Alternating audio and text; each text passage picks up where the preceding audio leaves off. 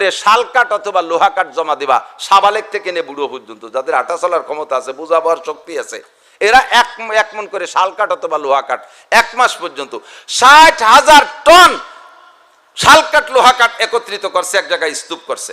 একজন মানুষকে পোড়াতে কি অত কাঠ লাগে? ও তো থানা ধরে পোড়ায় ফেলান যায়।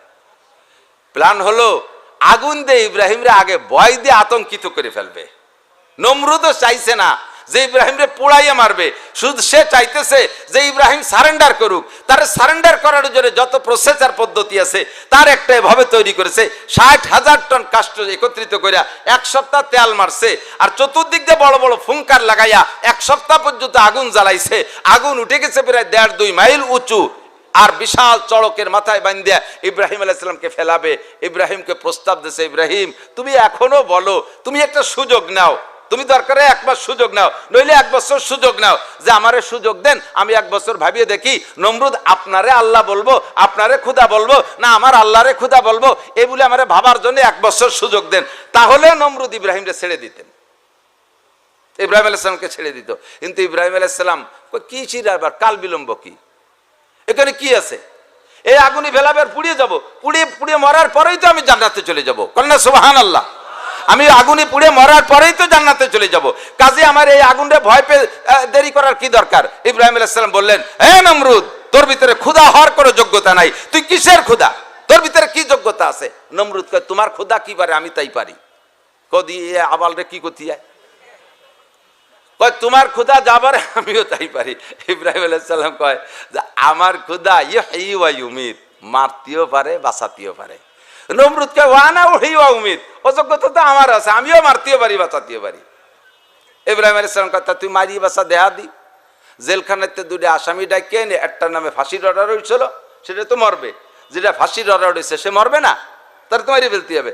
আর যেটা বেকসুর খালাস হবে সেখানে তো নিরপরাধী খালাস হয়ে গেল, তো যেটা খালাস হয়ে যাবে ওই ডেরে ধরে জবাই দিছে, আর যেটার নামে ফাঁসির অর্ডার ছিল ওই ডেরে ছাড়িয়ে দিছে। দেখ এই যে মারলাম আর বাঁচালাম। ইব্রাহিম আলাইহিস সালামকে আল্লাহ তুমি এত বড় ধামড়ারে এত বড় দেশের মালিক বানাইছো যে মারা বাঁচা বোঝে না, এ কি আবালের আবাল, এ মরা বাচ্চা বোঝে না। মরা বাচ্চা কে না বোঝে? মরারে বাঁচাইতে পারে, বাচ্চারে মারতে পারে। এর মানে কি? যেটা মারা গেছে সেটা জীবিত করতে পারে, ঠিক না? আর বেঁচে যে আছে তারা মেরে দিতে পারে, কিন্তু সে জায়গা সে কি ও বোঝে না। তো ইব্রাহিম আলাইহিস সালাম কয় যে এরে এভাবে হবে না, কুকুর যেমন মুগুর সেরম লাগবে। ইন্নাল্লাহা ইয়াতি বিশ-শামসি মিনাল মাশরিক ফাতি বিহা মিনাল মাগরিব, আমার আল্লাহ জীবন ভরে সূর্যটারে পূব দিক থেকে উঠাইয়া পশ্চিম দিক ডুবোয়, তুই পারলি উল্টো দিক থেকে আন। তুই যেহেতু খোদা হিসেবে একটা পাওয়ার আছে, আমার আল্লাহ খোদা বিদায় এই দিক দিয়ে উঠো জীবন ভরে, তুই পশ্চিম দিক দিয়ে উঠো। এত বড় মানে নির্বোধ, এত বড় বোকা, ও তো কলিকতিবাত যে পূব দিক দিয়ে তো আমি উঠোই, তোমার আল্লাহ ফেসতে উঠো, সে বুদ্ধিও নাই।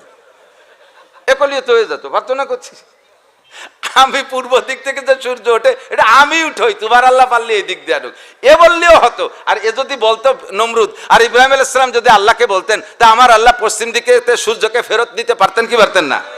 কিন্তু সে বোধ হয় নাই। ফাবুহিতাল্লাযী কাফার, আবার কোরআন শরীফের শব্দ কি? ফাবুহিতাল্লাযী কাফার, লাজবাব হয়ে গেছে, নির্বাক হয়ে গেছে নমরুদ, কার হয় না। এত বড় বোকা, সে প্রস্তাব দিয়েছে নমরুদ ইব্রাহিম তুমি শুধু আমাকে খোদা বলে বলো, অথবা তুমি টাইম নাও, ওয়েটিং নাও, দেরি কর, আমার সুযোগ দেন। ইব্রাহিম আলাইহিস সালামকে কোনো সুযোগের দরকার নেই। আমি পড়েছি আমানতু বিল্লাহি রাব্বিল আলামিন, আমি রব্বুল আলামিনের পর বিশ্বাস রাখি। তুই কেডা? তোর কি পাওয়ার আছে? কি পারিস তুই?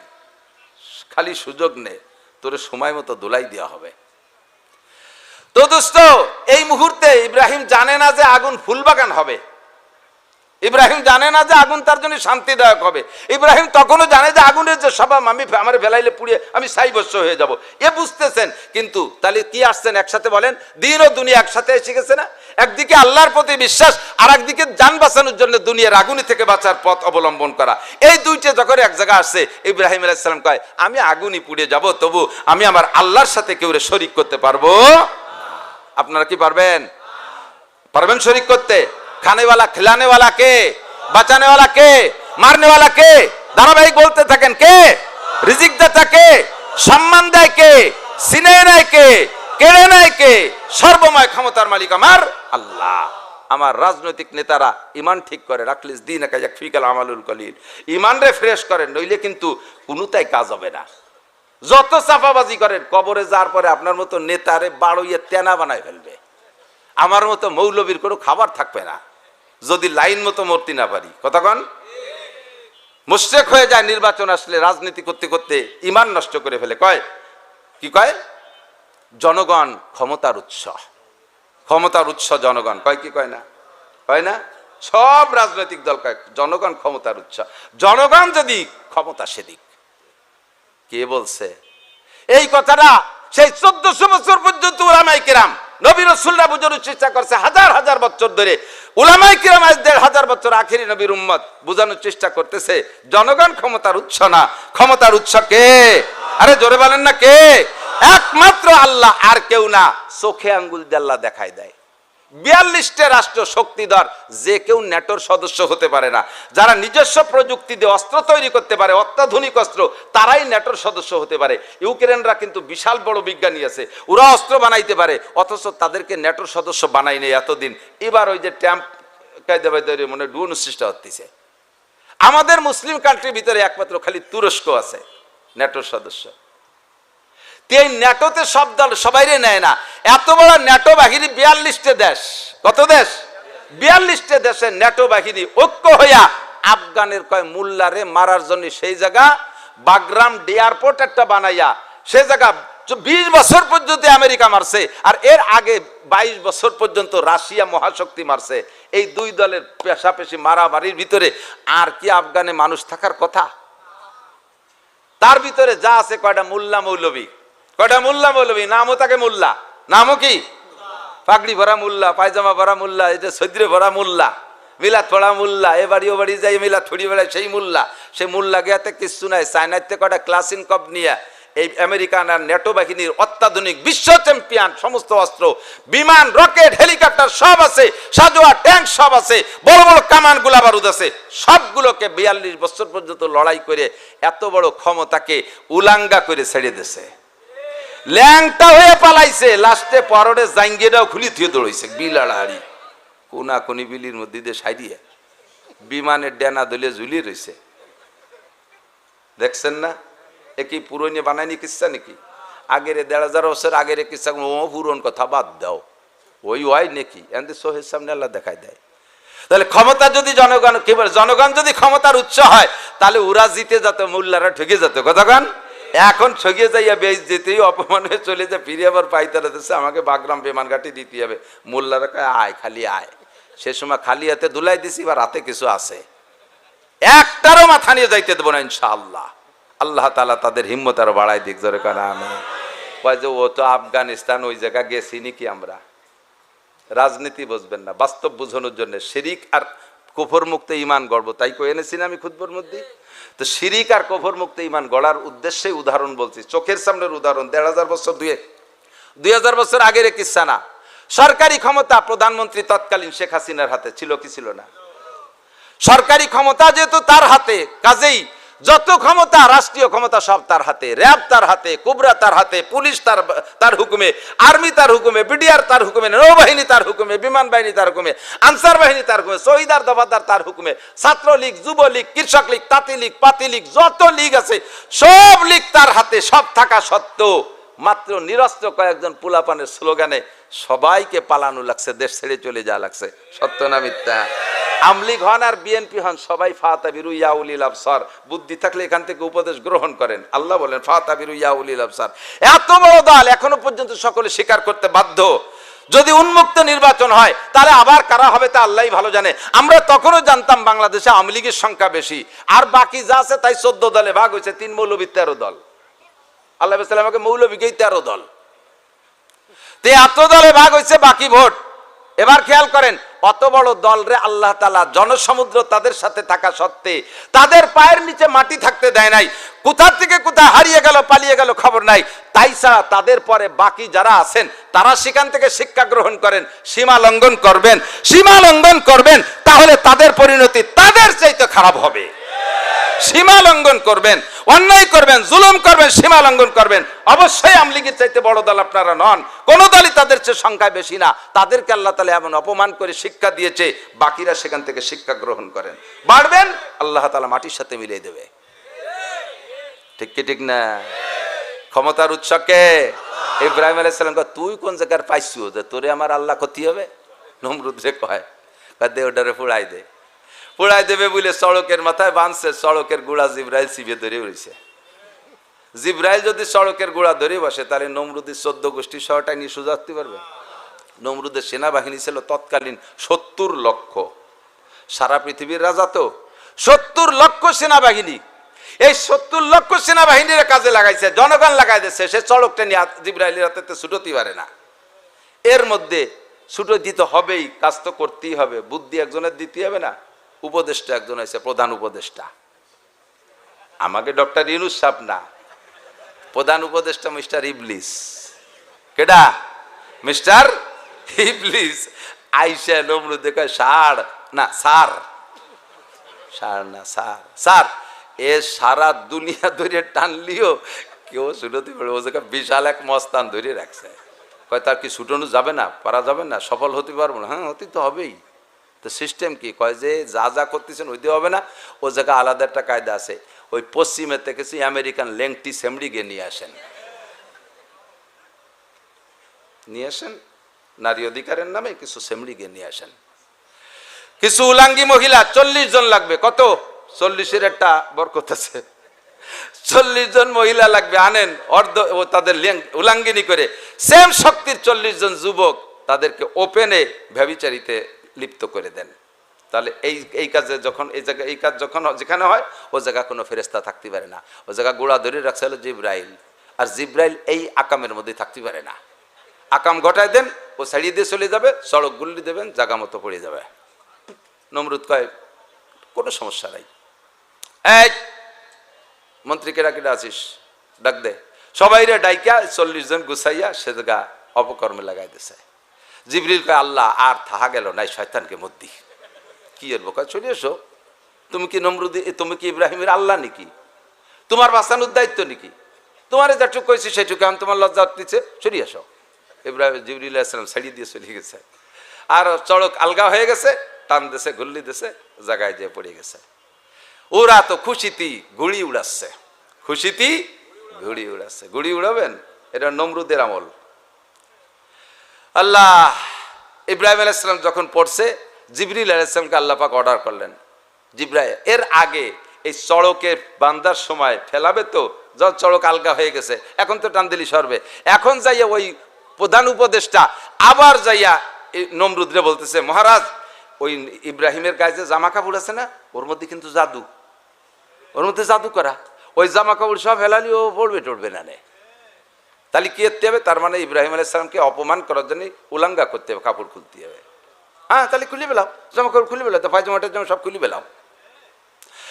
উনি কল খোলার অর্ডার দিচ্ছে। আর ওদিকে আল্লাহ পাক তো জানে কি দিয়ে কি করবে। জিবরিলকে বলেন, এক্ষুনি, কোনো দেরি হবে না, জান্নাত থেকে পোশাক, জান্নাতের ওই যে জায়গা ফেলাবে আগুনের ভিতরে, ওই জায়গা খান খাট, ওই জায়গা খান খাট দিবা, আর জান্নাতের পোশাক একদিক দিয়ে জামা খুলবে নমরুদ, আর এক দিক দিয়ে তুমি আমার ইব্রাহিমকে জান্নাতের পোশাক পরাই দিবা। জিবরিল আলাইহিস সালামকে আল্লাহ এ তো খুলে ফেললো দেখতে দেখতে। আমি এত তাড়াতাড়ি কোয়াইতে কি আনবেন তো বুঝে উঠতে পারতেছি না। সে জান্নাত তো কত দূর, আলকা সব জানি না। তোমার তো যানবাহন আমি স্লো যানবাহন দেয়নি, দ্রুতগামী। জিবরিলের 2টা ডানাকে একবার বাড়ি মারলে, 2টা ডানাকে একবার বাড়ি মারলে একে বাড়িতে 1,86,000 মাইল পথ যায়। তো 600 ডানা পিঠে তুমি যেখান থেকে পারো নিয়ে আসো। মুহূর্তের ভিতরে জিবরাইল দৌড়ে যাইয়া জান্নাতের জামা আর জান্নাতি খাটাই নিয়ে খাটটা ভিতরে বসাই দিয়ে আইসে ইব্রাহিম আলাইহিস সালাম একদিক দিয়ে ওনার পোশাক খোলে, আর আরেক দিক দিয়ে জিবরাইল জান্নাতের পোশাক পরাই দেয়। ওরাও জিবরিল ইব্রাহিম আলাইহিস সালামের সতর দেখে নাই। শয়তান রে নমরুদ কয়, তুই তো কলি যে কাপড় খুলে ফেললি ল্যাংটা হয়ে যাবে। তা সে কাপড় তো খুললাম, ল্যাংটা তো হয় না, তার শরীরে তো কিছু দেখি না। কয় যে ওই তো বড় জাদু করতো, জাদু দিয়ে ঠিক রাখছে।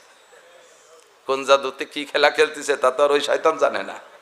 মূল শয়তান জানে, নমরুদ তো আর তা জানে না। এটা তো আর দিতে পারবে না। এটা তো আর নমরুদের বাপ ওই জান্নাতি জামা গাইতে খুলতে পারবে না। ওই জামা জান্নাতে জামায় আগুন স্পর্শ করে না। যখন আগুনের মধ্যে ফেলাই দিছে আর খাটের উপরে যে বসছে, সেই যেখানে ফেলাইছে চড়কের মাপ মতো ওখানেই খাট বসাই দিছে। জান্নাতের খাটে বসা, জান্নাতের পোশাক পরিহিত। কন্যা সুবহানাল্লাহ। আপনিও পরীক্ষায় পাশ করেন, আপনিও পরীক্ষায় পাশ করেন, পুরস্কার আপনিও পাবেন। গাজার বাচ্চারা মারা যাচ্ছে, মারা যাচ্ছে, তাদের এখন মরা যেন দৈনন্দিন নিয়মে পরিণত হয়ে গেছে। সামনের পর মারা যাচ্ছে, এরপরে বাকি কয়জন মরার জন্য রেডি। এত রেডি কেন? মরার পরেই তো জান্নাতে যাব। কন্যা সুবহানাল্লাহ। ইব্রাহিম আলাইহিস সালামরে ফেলাইছে। দিন ও দুনিয়া এক জায়গা আসছে, দুনিয়াকে প্রাধান্য দেয় নাই, দিনকে প্রাধান্য দিছে। আল্লাহ তাআলা পুরস্কারটা নগদ দিয়ে দিছে, জান্নাতি জামা, জান্নাতি খাট। আগুনের ভিতরে বসে রয়েছে। জিবরিল আলাইহিস সালাম খাটের কোনায় বসে বলতেছে, কষ্ট হচ্ছে না তো? আরে আপনার কাছে আমি জিজ্ঞেস করছি কি? ইব্রাহিম আলাইহিস সালামকে জিবরাইল জিজ্ঞেস করছে, কষ্ট হচ্ছে? কয় যে ইব্রাহিম আলাইহিস সালাম কয় যে আগুন কো। আগুনের পর হুকুম জারি করছে কে? কুলনা ইয়া নারু কুনি বারদান ওয়া সালামান আলা ইব্রাহিম। আল্লাহ কয় ঠান্ডা হয়ে যাও, শান্তিদায়ক। আবার আইসক্রিমের মতো না, বরফ হয়ে গেলে পরে তো জমি যাবে না। ইব্রাহিম শান্তিদায়ক ঠান্ডা। বলেন সুবহানাল্লাহ। আল্লাহু আকবার। শান্তিদায়ক ঠান্ডা জায়গায় বসে রয়েছে। আর ওই নমরুদ ও তো খুশিতে বাগবাগ। এরপরে আগুনে একটা বিস্ফোরণ ঘটছে, পাশে 50 কিলোমিটারের ভিতরে যা ছিল সব পুড়ে ছাই হয়ে গেছে, ভিতরে ইব্রাহিমের কিছু হয় নাই।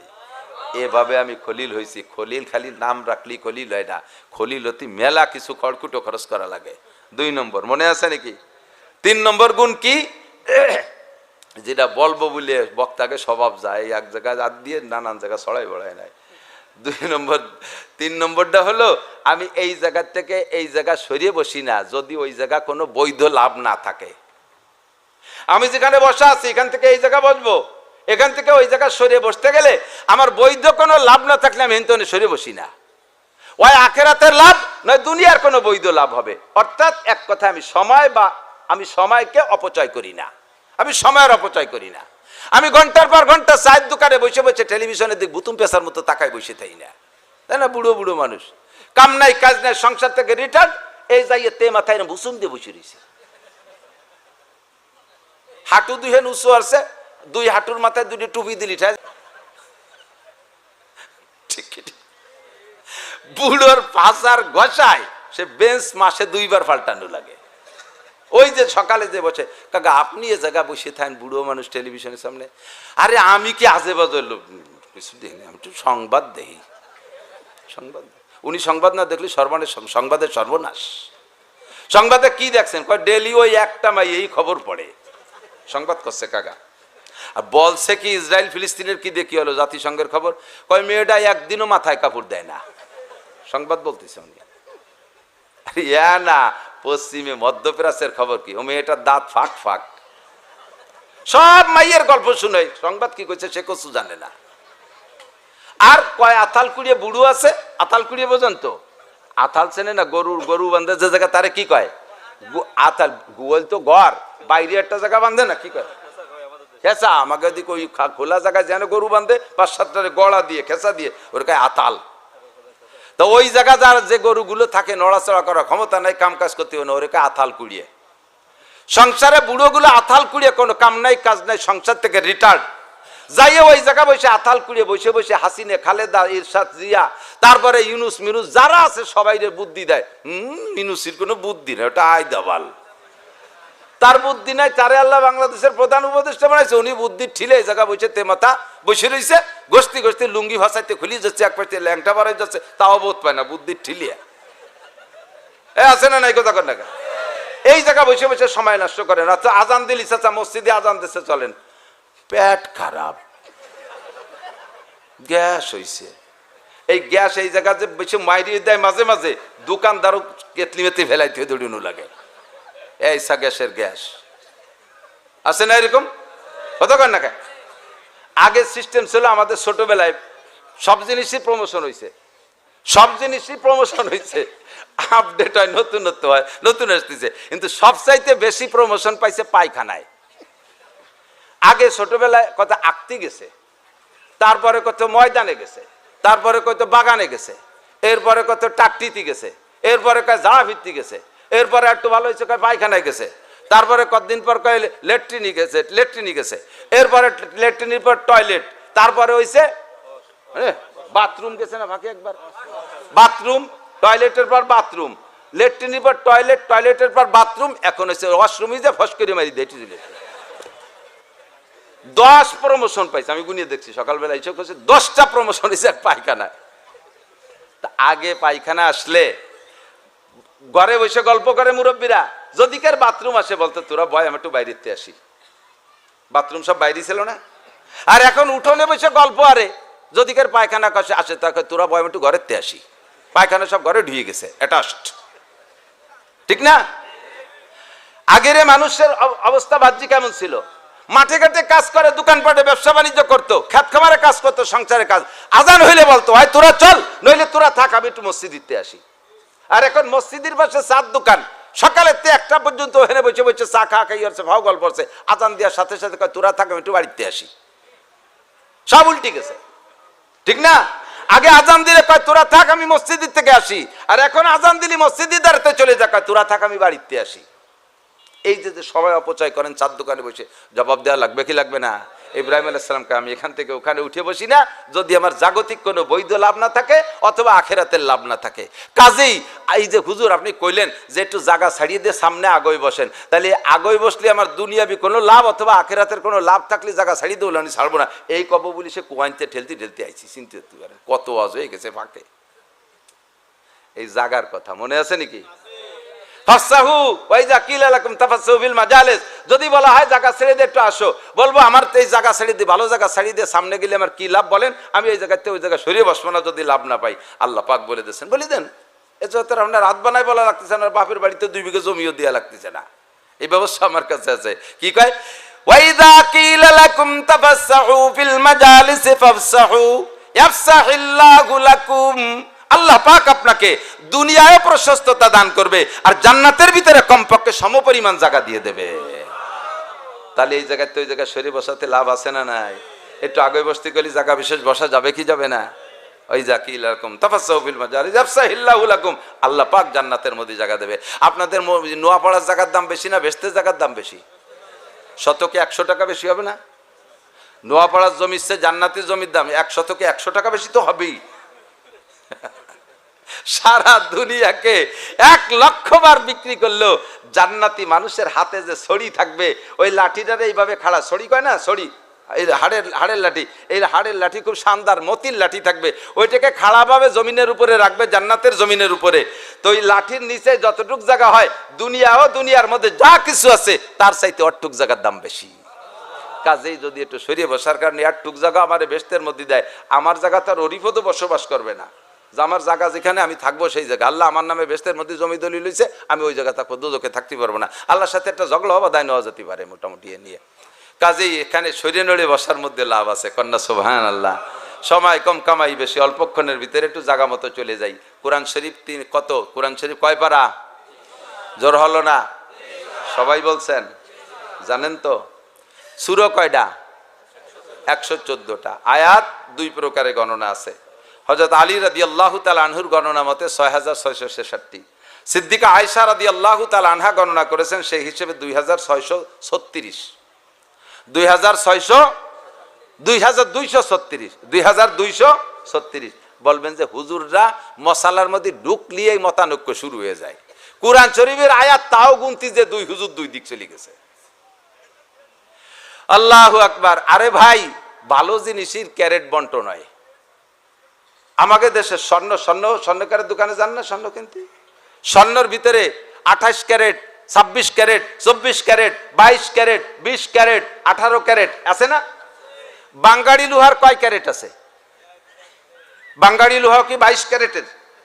ওই যে বাঙ্গাড়ি লোহা কেনে না, ওই যে বাঙ্গাড়ি যারা কেনে তারা কি এই লোহা বাঙ্গাড়ি, বাঙ্গাটিন, পুরনটিন এগুলো কি ক্যারেট মেপে কেনে? ও 16 টাকা কেজি, ওর সাথে 5 কেজি মাটিও চলে যায়, ঠিক না? শরিয়াত স্বর্ণের চাইতে দামি, তাই তার ভিতরে ক্যারেট থাকতে পারে, কোনোটা 28 ক্যারেট, কোনোটা 26 ক্যারেট, কোনোটা 24 ক্যারেট, মতানৈক্যের মধ্যে থাকতেই পারে। আর আল্লাহ পাক নিজেই তো কোরআন শরীফ নাজিল করে দিয়ে বাংলার জমিনে বা সৌদি আরবের কোনো চেয়ারে কোনো স্টেজে বসে তো আল্লাহ আয়াত গুনিয়ে দিয়ে যায় নেই, আর আল্লাহ পাক রব্বুল আলামিন উম্মতরে এই সরাসরি কোরআন শরীফ পড়ায় দিয়ে যায় নেই। যার উপরে নাজিল করছেন তেনার থাকার উপস্থিতিতে কোনো মতানৈক্য ছিল না।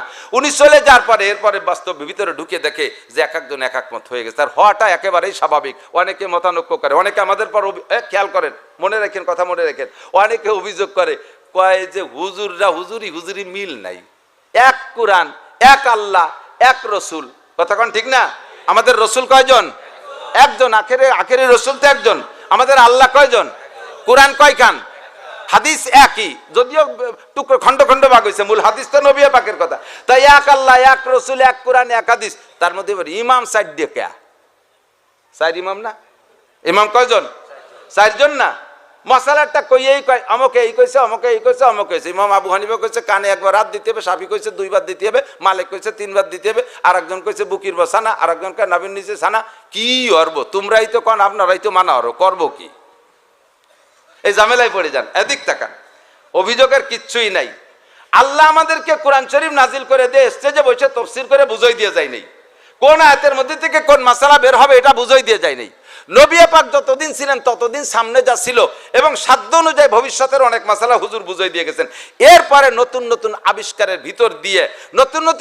ভিতর দিয়ে হাজারো নতুন মাসলার সম্মুখীন হচ্ছি। একটু বলেন, সব সত্য কি মিথ্যা? নবীর জামানায় কি মোবাইল ছিল?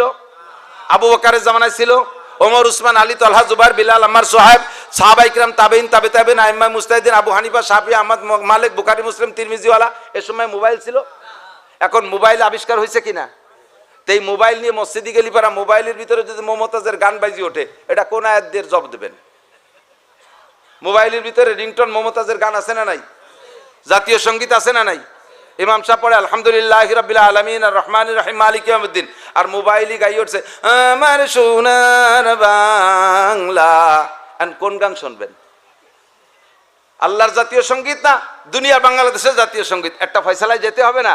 এটা কুরআন হাদিসের কোনো জায়গা নাই। ফয়সালা তো কেউ দিতেই হবে, ঠিক কি ঠিক না?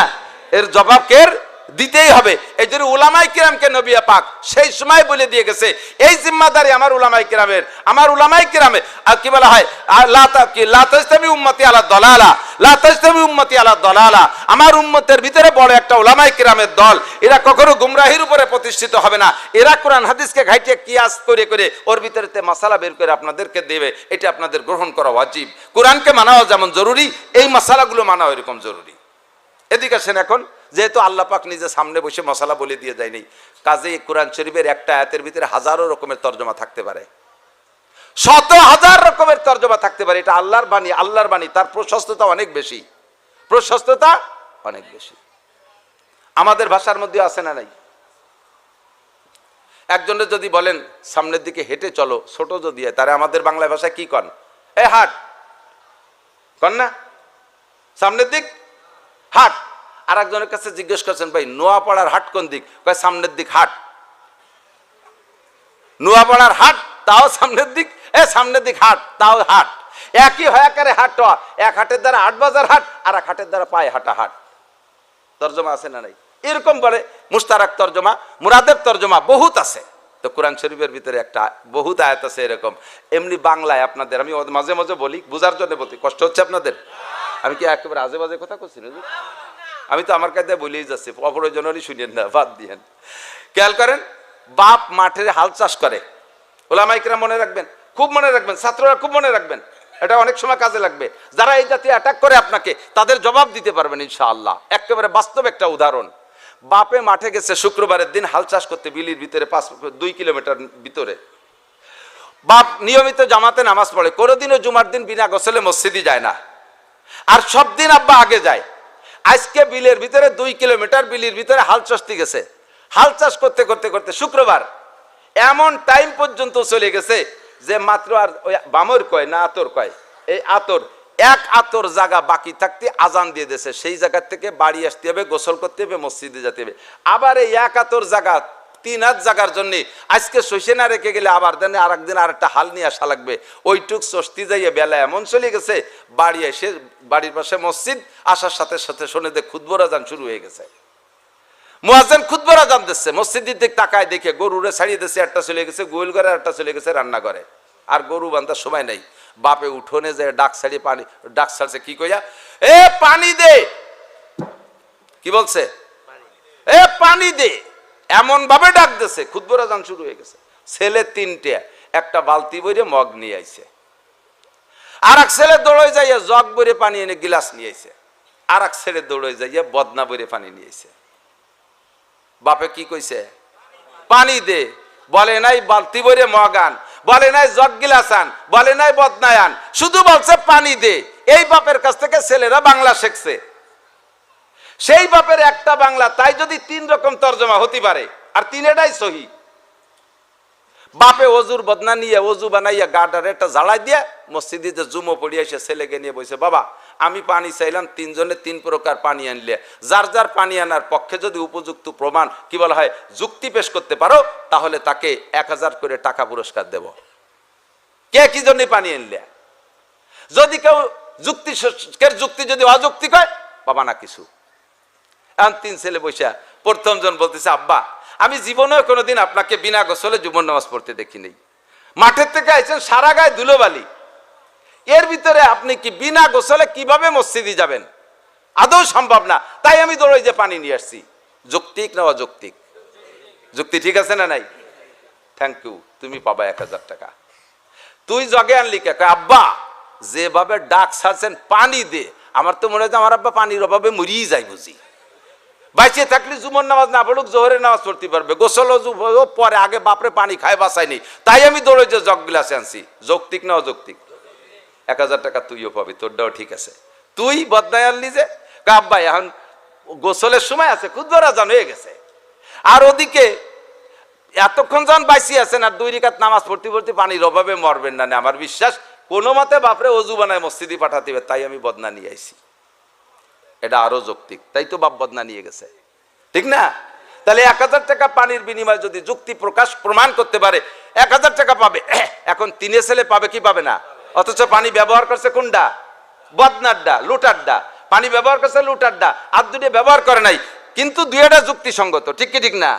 তাহলে বলতে চাই দোস্ত, মানুষের কথা, মানুষের বাপের কথা ছেলেতে বাংলা শিখছে, সেই বাপের এক বাংলা যদি 3 রকম হইতে পারে, আর 3টা যদি সহি হয়, আর যদিও বাপে একটার পর আমল করছে আর 2টা করে নাই, তবে তার পিছনে যুক্তি থাকার কারণে 1000 টাকা করে পুরস্কার 3 জনে পাবে কি পাবে না? আল্লাহ কামুল হাকিমিন কুরআনে কারীম নাজিল করেছে, আল্লাহ নিজে বুঝাই দিয়ে যায় নাই, ওর ভিতরে 4 রকম মাসালা আছে, 4 জনেরটা সহি।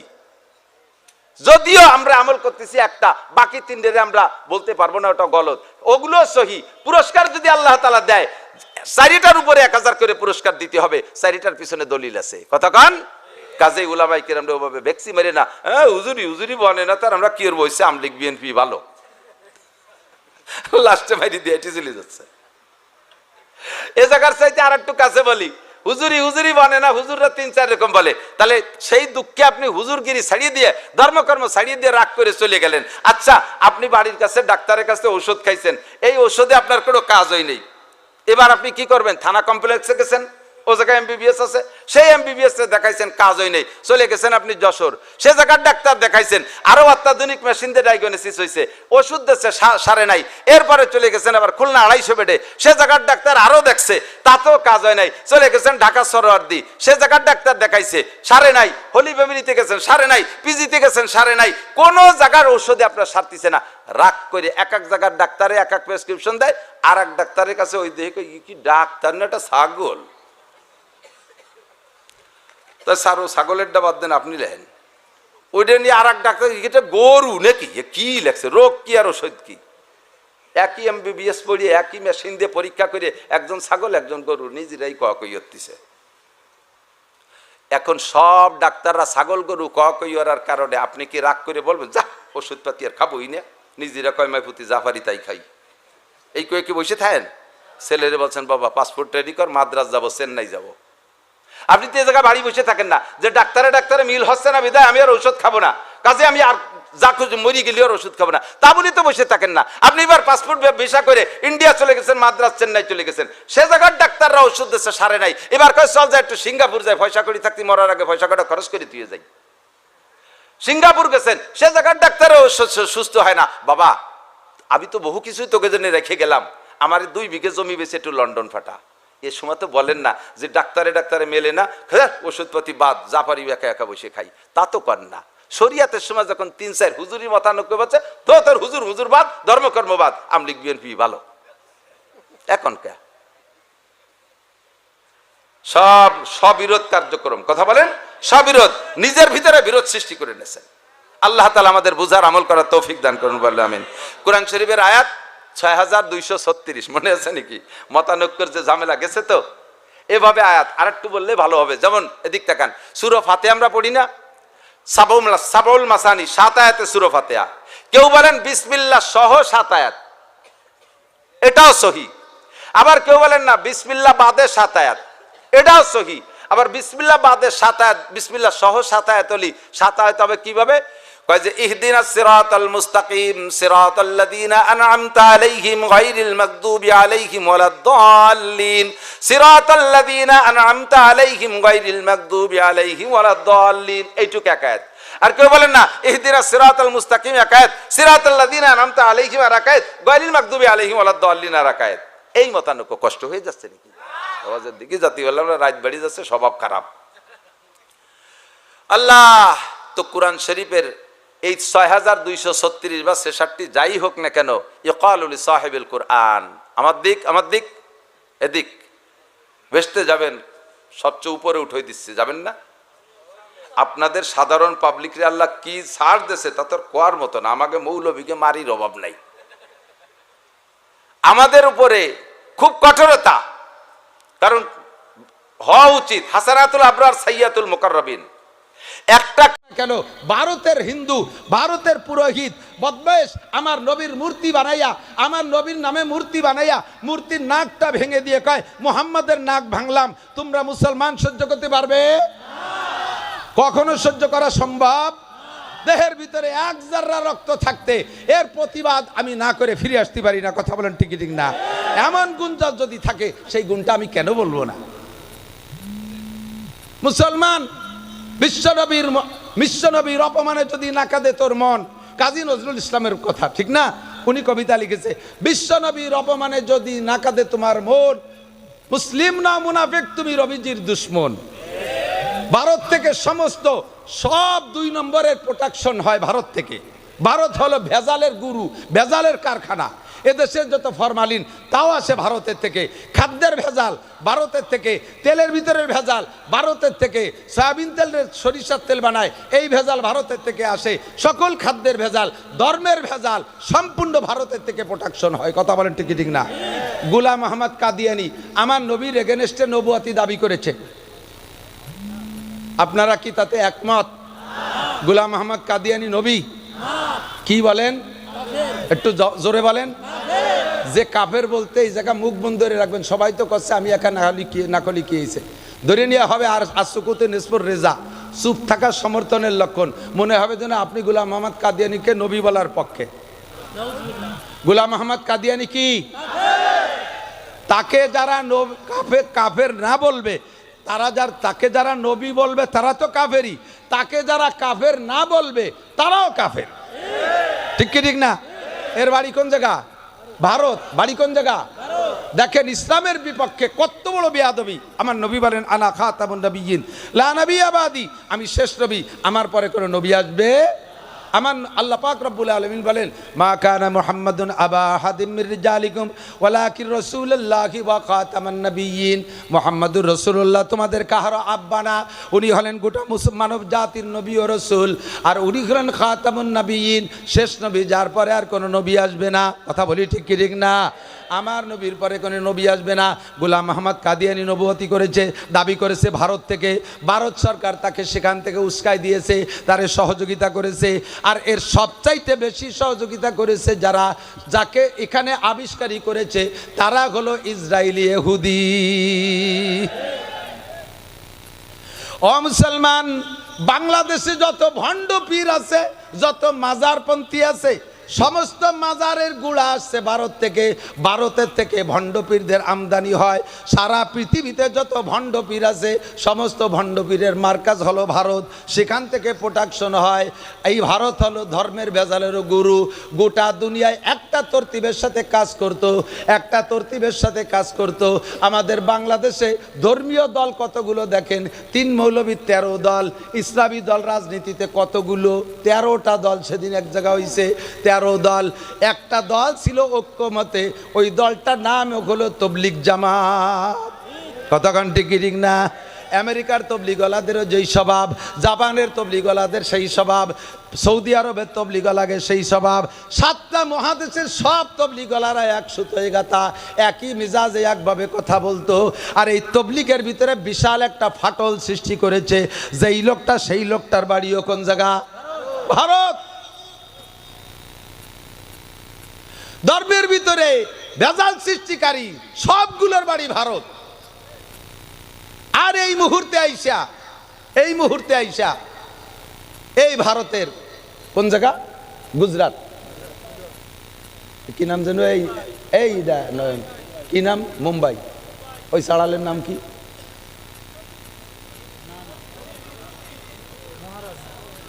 কি মহারাজ যেন নাম। আমরা এদিক তাকান, আমরা এই জায়গায় কত বয়ান করছি। এ গ্রামে গ্রামে মহল্লায় মহল্লায় মাহফিল হয়। কোন মাহফিলে কোন হিন্দুদের কটাক্ষ করে আমরা কথা বলি? তাদের মন্দির মূর্তি সম্পর্কে আমরা কোনো খারাপ মুক্তি করি? এত বড় মুহূর্তে দেখেন, এই মাননীয় কি বলা হয়, বিগত সরকার শেখ হাসিনার সরকার যতদিন ছিল ক্ষমতায়, অতদিন বাংলাদেশের মুসলমানদের উপরে রাজত্ব করতে হিন্দুরা।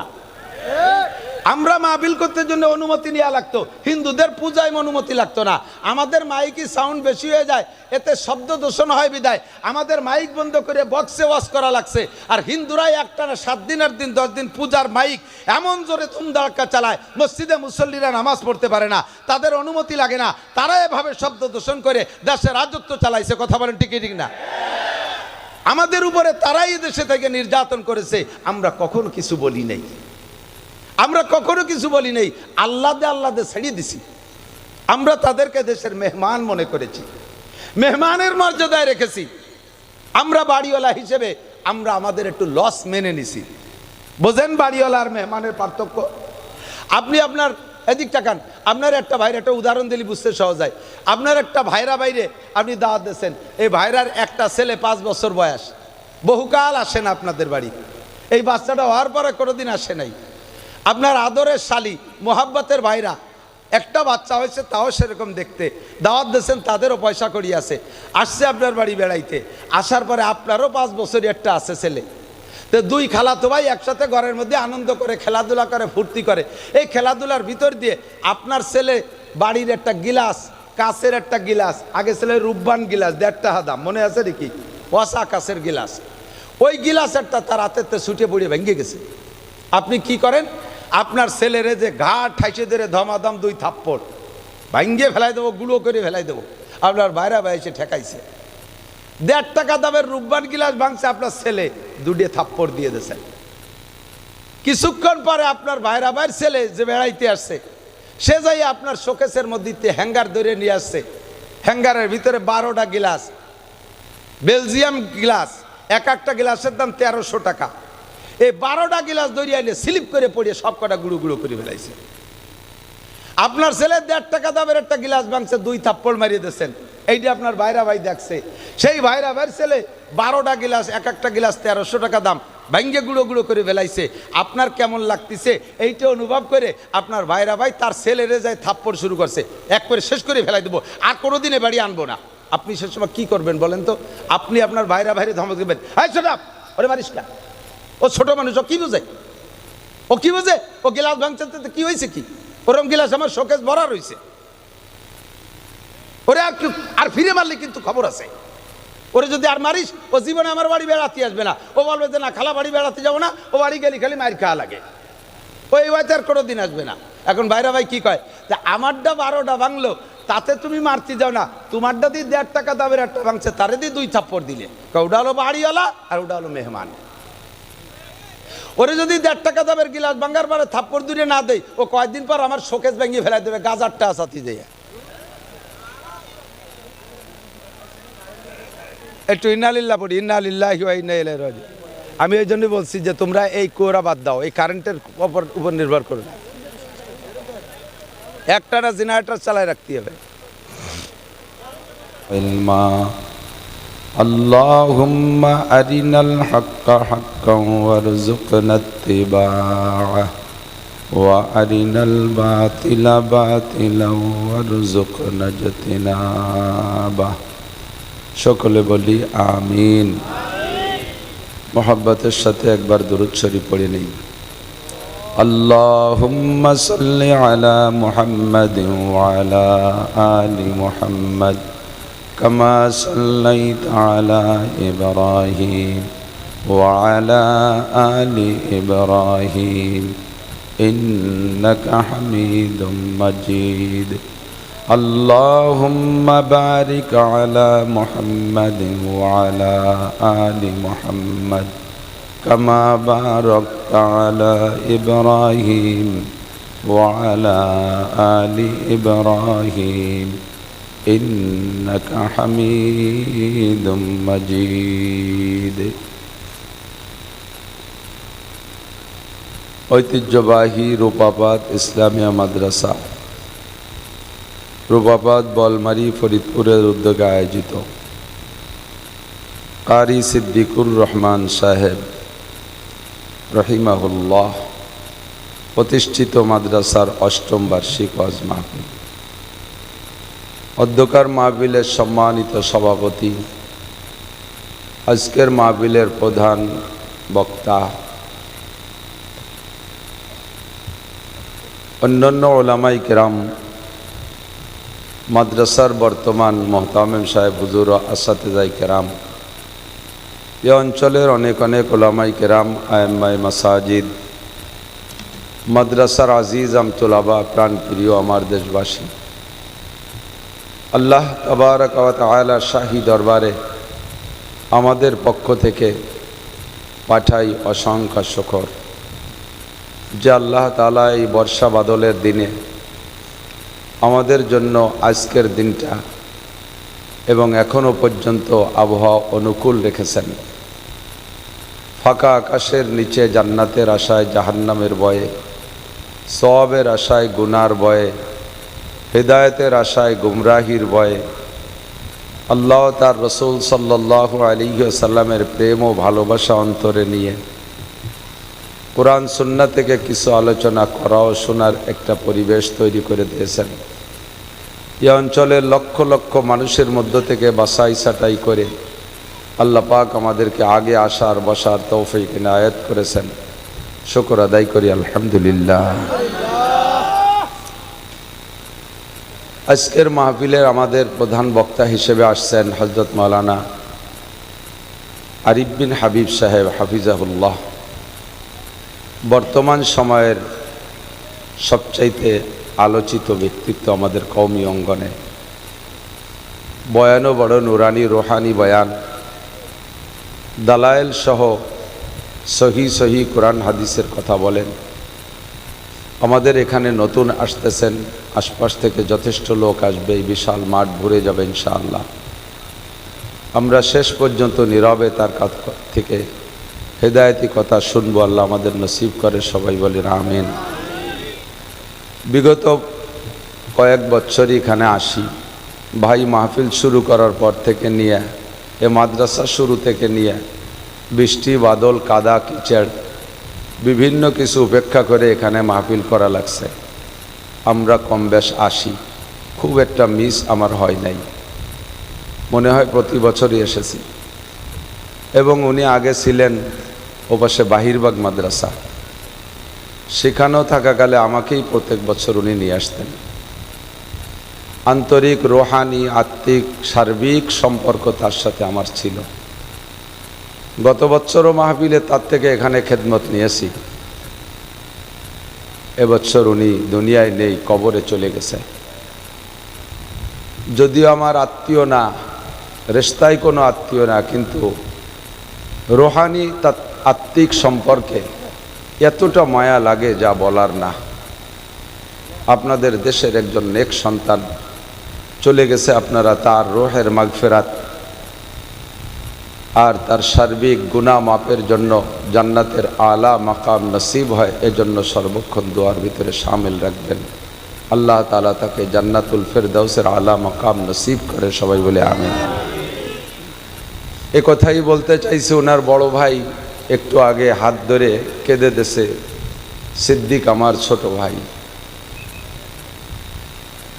বাস্তবে যেটা বলতে হয়, দুনিয়ায় আসার জন্য সিরিয়াল শর্ত, যাওয়ার কোনো সিরিয়াল না, ঠিক কিনা? কেউ যেন এ কথা না ভাবি দাদা আগে মরছে, পরে আব্বা মরছে, এরপরে আমি। এভাবে আমাদের পরবর্তী জেনারেশন, তাদেরও সিরিয়াল এরকম। এই সিরিয়াল সব জায়গা ঠিক থাকে না। দুনিয়ায় আসার জন্য আগে দাদার আসতে হবে, তারপরে আব্বার আসতে হবে, তারপরে আমাকে আসতে হবে, তারপরে আমার ছেলে, তারপরে তার ছেলে। আসার জন্য সিরিয়াল জরুরি, চলে যাওয়ার জন্য এই সিরিয়াল জরুরি না। কার কতটুকু হায়াত মুকদ্দার আছে, আল্লাহর পক্ষ থেকে বরাদ্দ আছে, এটা আল্লাহ পাকই ভালো জানে। যখন যার ডাক আসবে আল্লাহ পাক তাকে তখন নিয়ে চলে যাবেন। 24টা ঘন্টা আমাকে প্রস্তুত থাকতে হবে, কোথায় এক ফোঁটা এদিক সেদিক খেয়াল করবেন না, খুব লক্ষ্য রাখি। আল্লাহ পাক বলেন, তুমি দুনিয়ার অনেক কিছু অস্বীকার করতে পারো, কোরআনের অনেক কিছু অস্বীকার করতে পারো, যেহেতু স্বীকার অস্বীকারের ব্যাপারে তোমাকে স্বাধীনতা দেওয়া হয়েছে। আগের না, এই যে একটু বিষয় নিক, একটু বিষয় নিক, বিষয় নেই,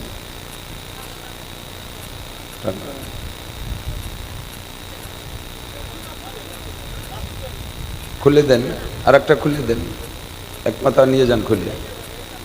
দুইটা হলে একটা টেনে আলাদা করে ফেলেন, একটা। আচ্ছা, তবু আসেন, সামনে চলে আসেন, আসেন, আগে আসেন, আগে আসেন। বক্তা শ্রোতার ভিতরে দূরত্ব বেশি হয়ে গেলে ফ্যানটা একটু হালকা বাঁকায় দেন আমার থেকে। বক্তা শ্রোতার মাঝে দূরত্ব বেশি হয়ে গেলে কথার অ্যাকশন কমে যায়, কথার জজবা কমে আসে। কারণ আমরা বলে থাকি, আর একটু ঘুরে দিন, আর একটু ঘুরে, আমার গায়ে কম দেন বাতাস, আর একটু ঘুরে দিন।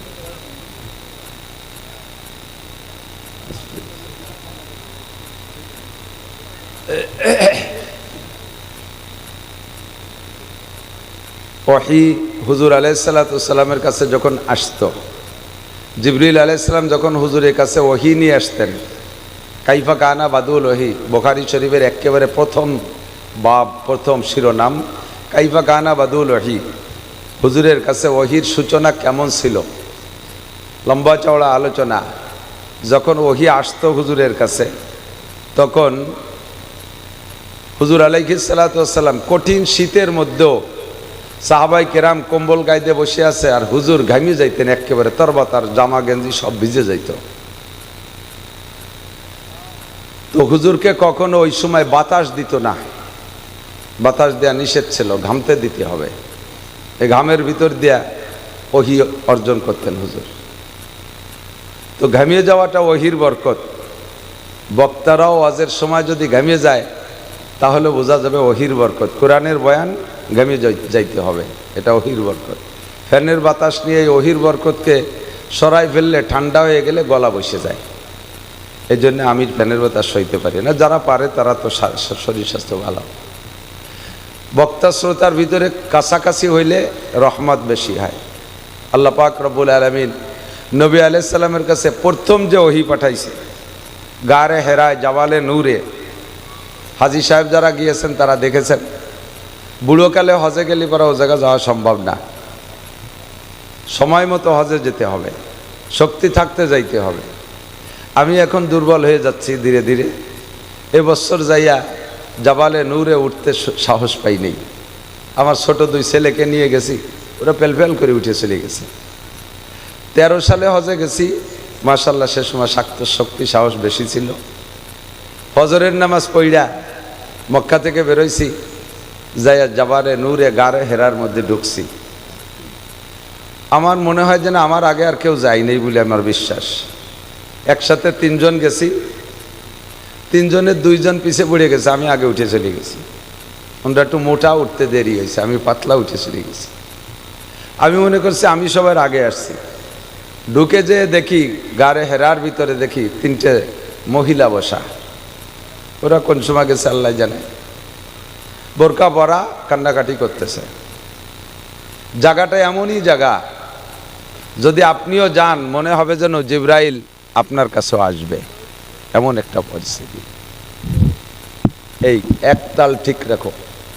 কারেন্টে যেতে এভাবে আপ ডাউন করতেছে, জেনারেটর চালু রাখতে হবে, ও কারেন্টের আশায় বসে থাকা যাবে না। আপনিও যদি গাড়ে হেরার মধ্যে যান তখন আপনার মনে হবে যেন জিবরাইল আপনার সাথে এখানে আসবে, সাক্ষাৎ করবে, এমন একটা হাল তৈরি হয়ে যায়। আল্লাহ পাক আমাদের সকলকে যার তৌফিক দান করেন, বলেন আমিন। যাবেন তো ইনশাআল্লাহ, নিয়ত আছে, সময় থাকতে যাবেন।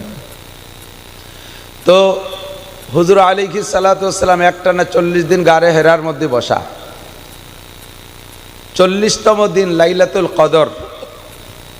এই লাইলাতুল কদরে জিবরিল আলাইহিস সালাতু ওয়াস সালাম মানুষের রূপ ধারণ করে আইসা সামনে এসে বসে বলতেছেন, ইয়া মুহাম্মদ ইকরা, মুহাম্মদ পড়েন। হুজুর জবাব দিলেন, মা না বি কারি, আমি তো লেখাপড়া জানি না, কি পড়বো, পড়তেই তো পারি না। সুম্মা কালা ইকরা, আবার কয় পড়েন। সুম্মা কালা মা না বি কারি, আমি পড়তে পারি না। সুম্মা কালা ইকরা, আবার বললেন পড়েন। আবারও বললেন মা না বি কারি, বলছি না আমি পড়তে পারি না। ফাগাত্তা জিবরাইল মুহাম্মাদান সাল্লাল্লাহু আলাইহি ওয়াসাল্লাম মা সাদরিহি, জিবরিল আলাইহিস সালাম নবী আলাইহিস সালামকে বুকের সাথে লাগাইয়া একটা চাপ দিলেন। তো চাপটা এ পরিমাণ ছিল, জিবরাইলকে তো আল্লাহ তাআলা চাপের একটা মেজারমেন্ট দিয়ে দিয়েছে, এত জোরে চাপ দিবা না যাতে তোমার চাপে মুহাম্মদ সাল্লাল্লাহু আলাইহি ওয়াসাল্লামের সিনের হাড় ভেঙে যায়। আবার হালকা চাপ দিয়ে ছেড়ে দিলেও দুইটা জিনিস একসাথে মিশতে হলে তো পরিমাণ মতো একটা চাপ লাগবে। একটু চাপ দেবা যাতে তোমার ভিতরে যা আছে তা জিবরাইলে তা মুহাম্মদ সাল্লাল্লাহু আলাইহি ওয়াসাল্লামের ভিতরে ঢুকে যায়। পরিমাণ মতো চাপ দিয়ে ছেড়ে দেশে। এবার কা ইকরা, হুজুর পড়া শুরু করছেন। ইকরা বিসমি রাব্বিকাল্লাযী খালাক, খালাকাল ইনসানা মিন আলাক, ইকরা ওয়া রাব্বুকাল আকরাম। 5টা আয়াত পড়ে ফেলেছে। এই 5টা আয়াতই জিবরাইলের সিনা থেকে হুজুরের সিনায় চলে গেছে। সিনা থেকে সিনার মধ্যে এলেম যায়, কতক্ষণ সিনা থেকে সিনার মধ্যে। তো দুইজনের সিনা তো কাছাকাছি হইতে হবে। একজনের সিনা যদি 20 হাত দূরি হয় আর বলনেওয়ালা সিনা যদি 20 হাত দূরি হয়, তাহলে তো সিনার থেকে সিনায় যায় না। যদি এই কথাটা বর্তমান বা কোনো কালের বিজ্ঞানীরা আর বস্তুবাদীরা স্বীকার করে না যে সিনার থেকে সিনার মধ্যে কি করে যায়। বস্তা বস্তা বই পুস্তক পড়াই, তারপরও 10টা 5টা 7টা প্রাইভেট মাস্টার দিয়ে পড়াই, এরপরও ম্যাট্রিক পাস করতে পারে না। আর বুকের সাথে বুক মিশাইলে এই বুকের চেয়ে ওই বুকের মধ্যে এলেম চলে যায়। মৌলবীরা একটা ফাও কথা জীবন ভরিয়ে কয়। এটা ফাও কথা না আসল কথা?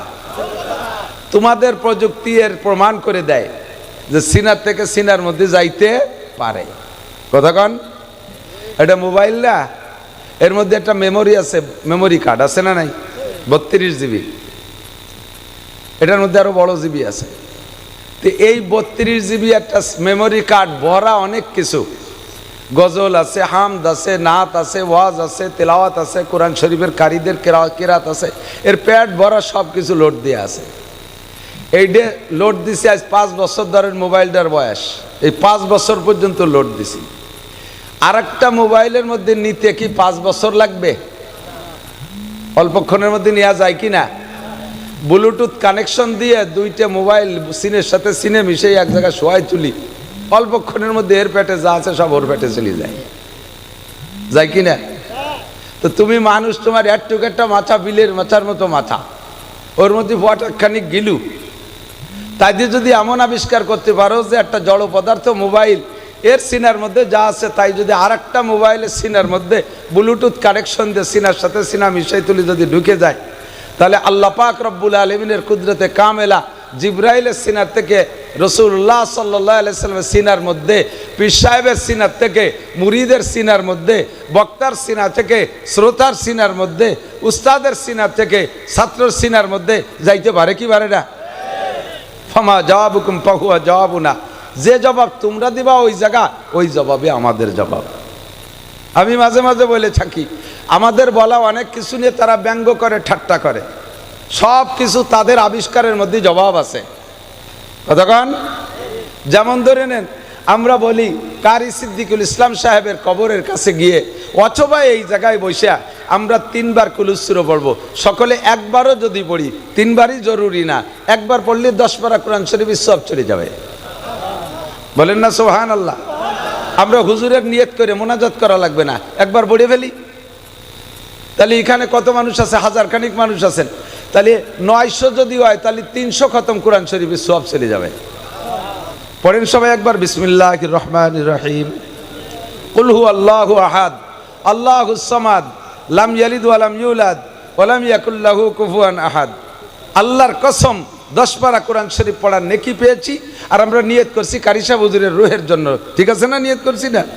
আর উনি জায়গায় বসে পেয়ে গেছে, কবরে শুয়ে পেয়ে গেছে। তো ওনার কবর তো সম্পূর্ণ একেবারে টাইট করা, দরজা জালনা কিচ্ছু নাই, ফুটো ভাগ নাই, তা ঢোকলো কোন জায়গায় দিয়ে? নেকি ঢোকে কোন ভাগ দিয়ে? তো বলবো তোমারও যে ভাগ দিয়ে ঢোকে ও জায়গাও সেই ভাগ দিয়ে ঢোকে। চট্টগ্রামের থেকে মোবাইলে বিকাশে টাকা পাঠালে এই মোবাইলই ঢোকে? ঢোকে ঢোকে। বিদেশের থেকে পাঠাইলেও ঢোকে, ইদানিং আমেরিকার থেকে পাঠাইলেও ঢোকে, জাপানের থেকে পাঠাইলেও ঢোকে। এই মোবাইলের মধ্যে টাকা ঢোকে কোন ভাগ দিয়ে? কয় যে বাঁচতে ফুটো ফুটো আছে। তো ডোয়ার সময় কি দেখছো টাকা ঢুকলো? এ টাকা যদি আকাশ দিয়ে উড়িয়ে এসে ঢুকতো তাহলে এক মোবাইলে ঢুকতো না, পথে জাল পাইতে মানুষ বসে থাকতো, পথের চেয়ে রেখে দিত। কতক্ষণ না?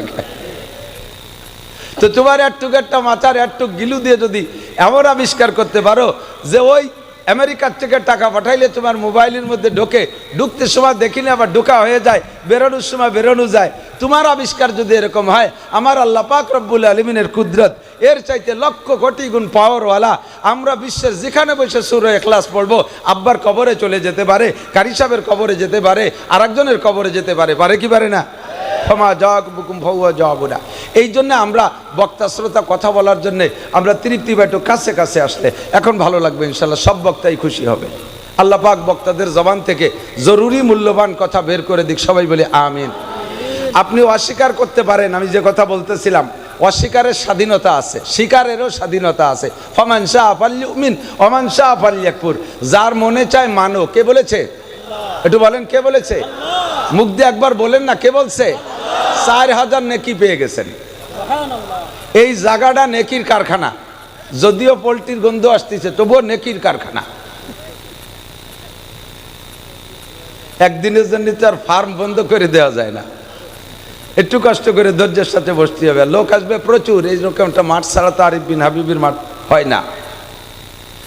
আল্লাহ একবার আল্লাহ বললে কয়টা নেকি? ভুলে গেছে, একটু সবক দেন না। কয় নেকি? 4000 নেকি। আরো বেশি দিতে পারে আল্লাহ। আমি তো গরিব মানুষ বলে কম কইছি। এক মাহফিলি কালেকশনের জন্য কইলাম যে ভাই 5000 টাকা দেবেন কে? একজনকে আমি 5 লাখ দেব। আমি ভয়তে তো 5 লাখ চাই নেই, যে আমি হলো ছোট বড়াইনি মানুষ, আমি 5000টা অনেক বড় মনে করতেছি, উনি 5 লাখ দিয়ে ফেলাইছে। আমি গরিব মানুষ, ছোট মানুষ, 4000-এর কথা বলছি। আমার আল্লাহ 4 কোটিও দিতে পারে কি পারে না? তো কেন আল্লাহর নামটা মহব্বতের সাথে নেব না? আল্লাহ পাক রব্বুল আলামিন স্বাধীনতা দিয়েছে, তুমি আমাকে মানলেও মানতে পারো, না মানলেও না মানতে পারো। আমরা বিশ্বাস করলেও করতে পারো, না করলেও না করতে পারো। কবর আযাব আছে, বিশ্বাস করলেও করতে পারো, না করলেও না করতে পারো। এর স্বাধীনতা তোমার আছে, যেহেতু তুমি দেখো নাই। ফেরেশতা আছে না নাই? মানতেও পারেন, না মানতেও পারেন। জান্নাত আছে না নাই? মানতেও পারেন, নাও মানতে পারেন। জবরদস্তি নাই। লা ইকরাহা ফিদ্দীন, ধর্মের মধ্যে কোনো জবরদস্তি নাই। পুলসিরাত আছে না নাই? হাসর নাসর হবে কি হবে না? মিজানের পাল্লায় মাপামাপি আছে না নাই? এ সব কিছু আছে, তবে আপনি মানতেও পারেন, নাও মানতে পারেন। না মাননেওয়ালাকে আল্লাহ তাআলা ধরে ধরে পিটাই পিটাই মানায় না। মাননেওয়ালাকে সাথে সাথে আল্লাহ তাআলা মিষ্টি পাঠায় দিয়ে খাওয়ায় না। কতক্ষণ? ওয়ামান শাআ ফালইউমিন ওয়া মান শাআ ফালইয়াকফুর। যার মনে চায় মানো, আর যার মনে চায় না মানো না। তবে মানলে তোমার লাভ। মানি ইহতাদা ফাইন্নামা ইয়াহতাদি লিনাফসি। যে ব্যক্তি হিদায়াতের বাণী গ্রহণ করবা, কথাকে মেনে নিবা, হিদায়াতের বিশাল একটা প্রতিদান আছে, সেইটা সেই পেয়ে যাবা। ওয়ামান দাল্লা ফাইন্নামা ইয়াদিল্লু আলাইহা। আর হিদায়াতের বাণী ত্যাগ কইরা এইটাকে অস্বীকার করে গুমরাহির পথ যে বেছে নিবা, তার গুমরাহির একটা ফলাফল আছে, গুমরাহির একটা প্রতিদান আছে, ওইটা তাকেই বহন করিতে হইবে। আল্লাহ তাজিরু ওয়াজিরাতুম বিজরা উখরা, একজনের বোঝা আর একজনের গাড়ে উঠাই দেওয়া হবে না, যার যার বোঝা তাকেই বহন করিতে হইবে। আল্লাহ পাক বলেন, জান্নাত না মানতে পারো, জাহান্নাম না মানতে পারো, পুলসিরাত না মানতে পারো, কোরআনকে বিশ্বাস না করতে পারো, আসমানি কিতাব না মানতে পারো, নবী রসুলকে তুমি নাও মানতে পারো, ফেরেশতা আছে নাও মানতে পারো, কিয়ামত হবে তাও না মানতে পারো, আরে কবর আযাব আছে তাও তুমি না মানতে পারো, আমার শরীয়তের যত যা কিছু আমি বলেছি একটাও তুমি না মানলে না মানতে পারো, হাত্তাকে আমি আল্লাহকে তুমি অস্বীকার করলে করতে পারো। তবে একটা জিনিস অস্বীকার কেউ করতে পারবা না, এনি ম্যান এভরিবডি কুল্লু নাফসিন যায়কাতুল মাউত, সমস্ত প্রাণী মরণশীল। বাঘেরও মানা লাগে আমাকে মরতে হবে, সিংহেরও মানা লাগে আমাকে মরতে হবে, হাতিকেও মানা লাগে আমাকে মরতে হবে। কথা বলুন ঠিক ঠিক না? আরে শুধু আমরাই না, ফেরেশতা পর্যন্ত জানে, একজন ফেরেশতাও থাকবে না। কুল্লু শাইইন হালিকুন ইল্লা ওয়াজহুল্লাহ, একমাত্র আল্লাহ ছাড়া কেউ থাকবে না। অবশেষে আজরাইল ফেরেশতা পর্যন্ত নিজের জানটা বের করে দিয়া উনিও মৃত্যুবরণ করতে বাধ্য হবে। এবার মরার ভয়তে তুমি কোথায় যাবা? ফাইনাল মাফার,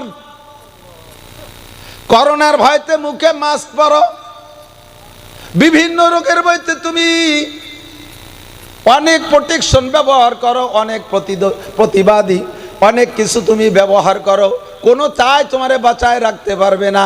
ইজা জাজালুহুম লা ইস্তাখিরুনা সাআতান ওয়া লা ইস্তাকদিমুন, আর মরণ যখন আসবে ও দোস্ত ভালো করে মনে রাখেন, হায়াত সীমিত, বলেন হায়াত, মরণ অবধারিত, রিজিক বন্টিত। রিজিক এই তিনটের ভিতরে আমাদের কাহারও হাত দেওয়ার সুযোগ, হায়াত সীমিত, কেউ অসীম হায়াত নিয়ে দুনিয়া আসে নাই। কতক্ষণ আমাল হায়াতুদ দুনিয়া ইল্লা কালিল, এবং তা অতি সামান্য, একেবারে সামান্য, অল্প একটু হায়াত নিয়ে এসেছি। এই হায়াত সীমিত হায়াতকে কোনো কিছুতে বাড়ানো যাবে না। যত চিকিৎসা করেন সে নির্দিষ্ট সময় চলে যেতেই হবে। হায়াত সীমিত, অল্প একটু হায়াতের ভিতরে আমাকে পরকালের বিশাল পাথর নিয়ে যেতে হবে। আর দুনিয়া মাজরাতুল আখিরা, লক্ষ্য করি, খেয়াল করি, এই দুনিয়া হলো অল্প একটু হায়াত, অল্প একটু হায়াতের ভিতরে এই হায়াতটাকে বলা হয় দুনিয়ার এই জিন্দেগিটা হলো আখেরাতের জন্য খেতি, আখেরাতের জন্য খেত জমি। এখান থেকে কামাই কইরা আমাকে অনাদি অনন্তকালের সুখ শান্তি আমাকে সেখানে গিয়ে উপভোগ করতে হবে। অল্প একটু সময়ের ভিতরে ইনকাম করে যেতে হবে, তবে এই সময়টুর কোনো সীমাবদ্ধতা নেই। আরে এদিক তাকান, আল্লাহ তাআলা এর জন্য হায়াতের একটা সীমাবদ্ধতা কেউরে আগে জানায় না দিয়ার কি হিকমত আল্লাহই ভালো জানে। তবে আমি যেটা বুঝি সেটা হলো, যদি কেউরে নির্দিষ্ট হায়াত আমাদের মরণের সময়, জন্মের সময় গলায় যদি একটা ওয়ারেন্টি কার্ড দিয়ে দিত, ওই যে ফ্রিজ কেনেন, ফ্রিজে ওয়ারেন্টি কার্ড আছে না, এসিতে ওয়ারেন্টি কার্ড আছে না, মোবাইলে ওয়ারেন্টি কার্ড আছে, এখন যা কিনবেন বৈদ্যুতিক যন্ত্রপাতি সবগুলোর সাথে ওয়ারেন্টি কার্ড দিয়ে দেয়, একটা গ্যারান্টি দিয়ে দেয়, ঠিক না? এর ভিতরে নষ্ট হয়ে গেলে আপনারে পাল্টাই দেবে অথবা সারিয়ে দেবে। কিন্তু আমার এই জিন্দেগির জন্য একটা ওয়ারেন্টি কার্ড আল্লাহ দেয় নাই। কেন দেয় নাই? যদি কের গলায় জন্মের সময় জুলাই দিত তুমি 60 বছর বাঁচপা, তাহলে ওই লোকটা 60 বছর বাঁচত না। কেন? প্রত্যেক দিন ওই কাঠ ধরে দেখতে, আরে আল্লাহ এদি 1 বছর চলে গেছে, আর কয়দিন ঠেলে ঠুলে গোটা 30 বছর পার করলিও 30-এর পরে যাইয়ে দিন গুনতি গুনতি ওই স্টক করে মরিয়ে যেত আগে।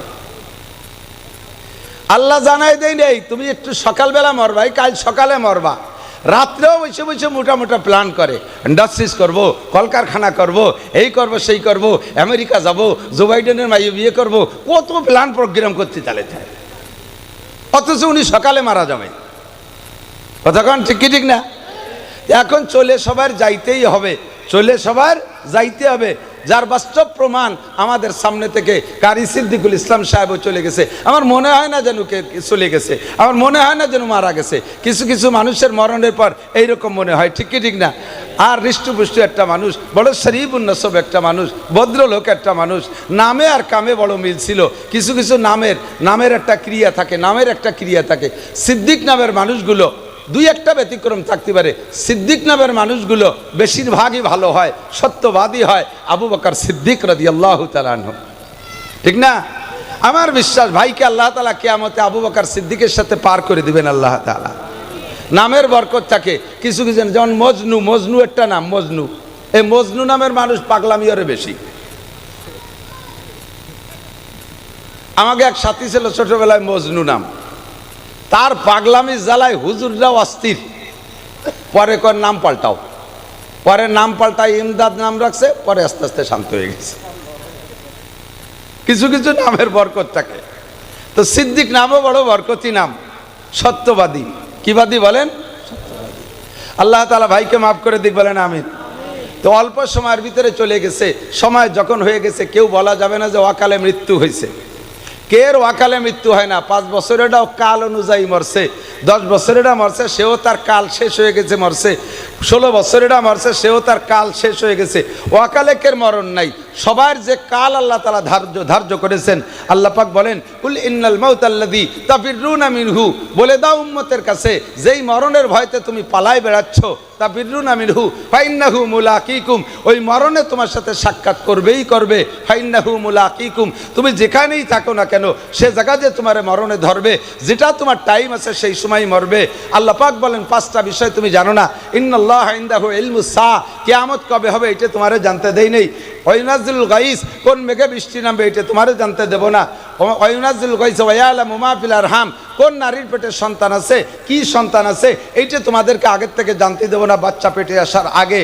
আর ওমা তাদরি নাফসুম মাজা তাকসিবু গাদা, আগামীকাল কে কি ইনকাম করবে এইটা কেউ আল্লাহ তাআলা অ্যাডভান্স জানতে দেন নাই। ওমা তাদরি নাফসুম বিআইয়ি আরদিন তামুত, কে কোন জায়গা যে মারা যাব এইটা কেউ আল্লাহ তাআলা জানতে দেয় নাই। কে কখন মারা যাবে, যার যেখানে মরণ আছে তাকে সেখানে যেতেই, আমি আপনিও মারা যাব। সংক্ষিপ্ত কথা হলো, সময় আমার কম, আজকে এখানের দাওয়াত রাখতে চাইনি।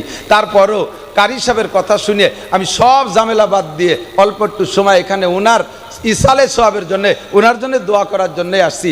সুপরামর্শ একটা হলো, আল্লাহ নবী বলেন, উজকুরু মাহাসিনা মাউতাকুম, খুব খেয়াল করব, তোমাদের ভিতরে যারা মারা যায় তাদের ভালো গুণগুলো আলোচনা করবা, তাদের গুণগুলো আলোচনা করবা। তাতে লাভ কি? পরিষ্কার হাদিসে আছে, হুজুর একদিন এক জানাজার পাশে দাঁড়ায় বলেন, যদি তোমরা কোনো মৃত্যু ব্যক্তি সম্পর্কে 40 জন মানুষের সাক্ষী দাও যে লোকটা ভালো ছিল, তাহলে আল্লাহ পাক তাকে ভালো বিবেচনা করে মাফ করে দিবেন। কুমাইতে কুমাইতে সাহাবায়ে কেরাম নিয়ে আসলেন মাত্র 3 জনের মধ্যে। হুজুর লাস্টে বললেন, 3 জন মানুষও যদি মন থেকে বলো লোকটা ভালো ছিল, লোকটা এই গুণের অধিকারী ছিল, আল্লাহ তাআলা তাকে মাফ করে দেবেন। আমাদের মধ্যে কেউ যদি এরকম আমাদের প্রশংসার বদৌলতে ক্ষমা পেয়ে যায়, তাহলে আমাদের কোনো লস আছে? কোনো লস আছে? কাজেই আমরা প্রশংসার সাইডটা রাখবো, তবে প্রশংসা করতে হবে ভালো দিক দিয়ে। আমি আগে একদিন ইউটিউবের ভিতরে একটা জানাজার ভিতরে জানাজায় দাঁড়াইলে তো মানুষ সেইগুলো বলা বলি করে, আর কোনো কোনো এলাকায় প্রথা আছে, জিজ্ঞেস করে উনি কেমন ছিলেন, সবাইকে ভালো ছিল, উনি কেমন ছিলেন, ভালো ছিল। এইটা নিয়ম না, এইটা নিয়ম না। কারণ ওই গতানুগতিক বলতে খারাপ ছিল জানে কেউ কেউ, সে ওই তালে তালে মিথ্যে কথা কয় ভালো ছিল।